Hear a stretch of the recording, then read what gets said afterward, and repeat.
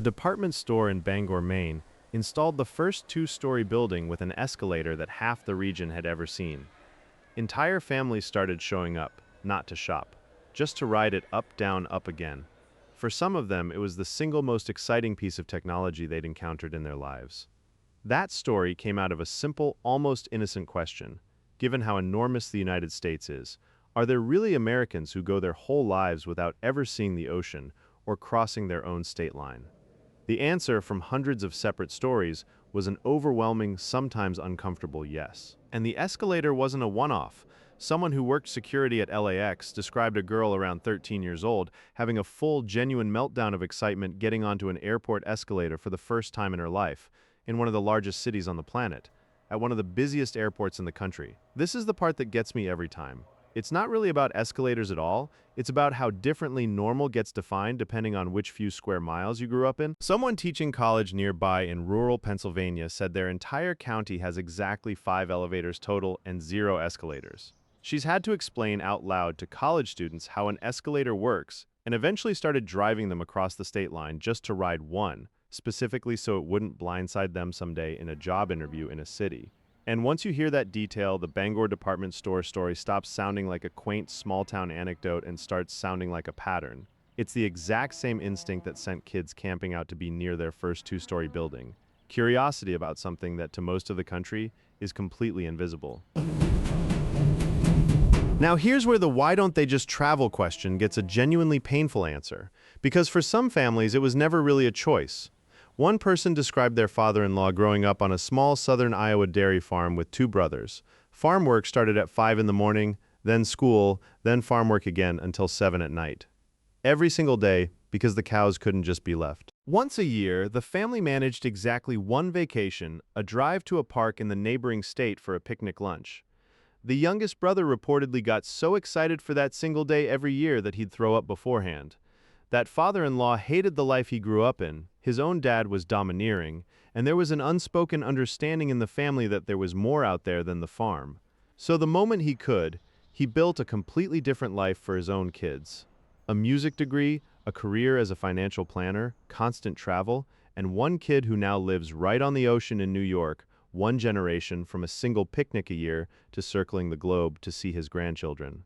And on the complete opposite end of the emotional spectrum, some people in this thread weren't stuck anywhere. They just genuinely never wanted to leave.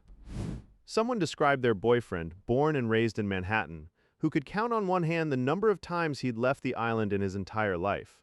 His actual argument, more or less, the whole world is basically already inside Manhattan, so why would he need to go looking for it anywhere else? It's a wildly different flavor of never left than the farm story, same behavior, completely different reason underneath it. There's also a genuinely striking Rhode Island story that flips the ocean half of the original question completely on its head. A couple living on an island connected to the mainland only by a ferry apparently took that exact ferry as their wedding day trip, rowed it out to the mainland port, and rowed straight back without ever actually stepping off onto the mainland itself. They'd seen the ocean their entire lives.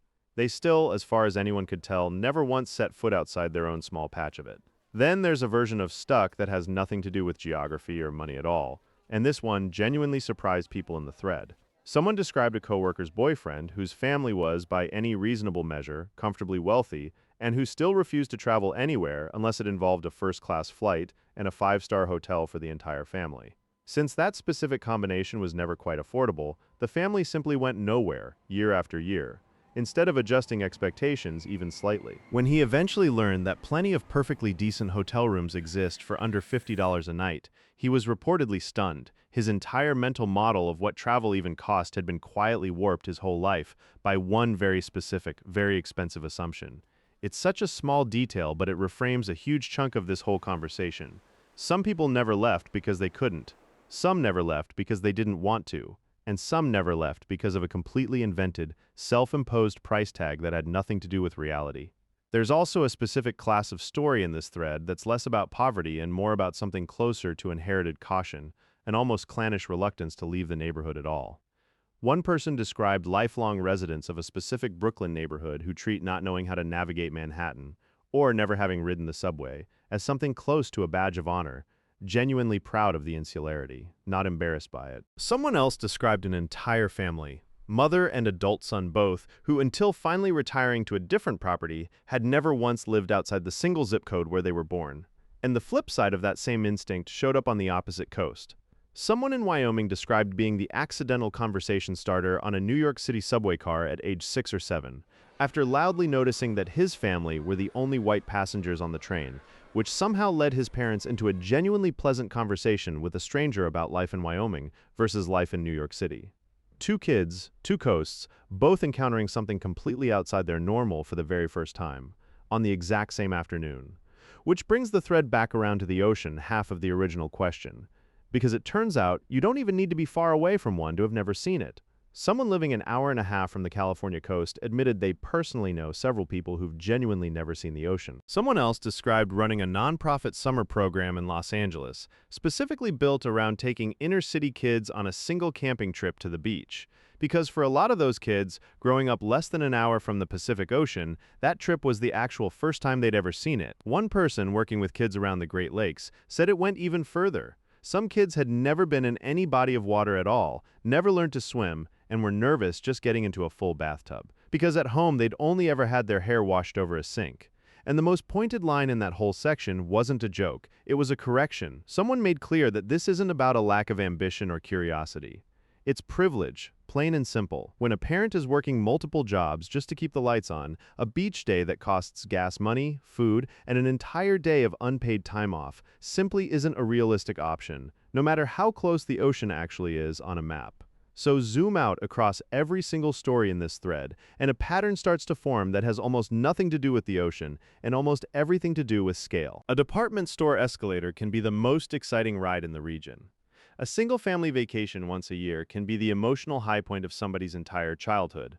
A wedding trip can be a ferry ride that never actually reaches land.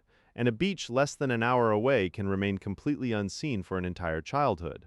Not because nobody wanted to go, but because the gap between clothes on a map and actually reachable turns out to be measured in a lot more than just miles. The United States is large enough that far away and never affordable end up looking identical from the inside, which might be the real answer buried underneath this whole question. It was never really about how big the country is, it's about how unevenly that size gets experienced by the people actually living inside it.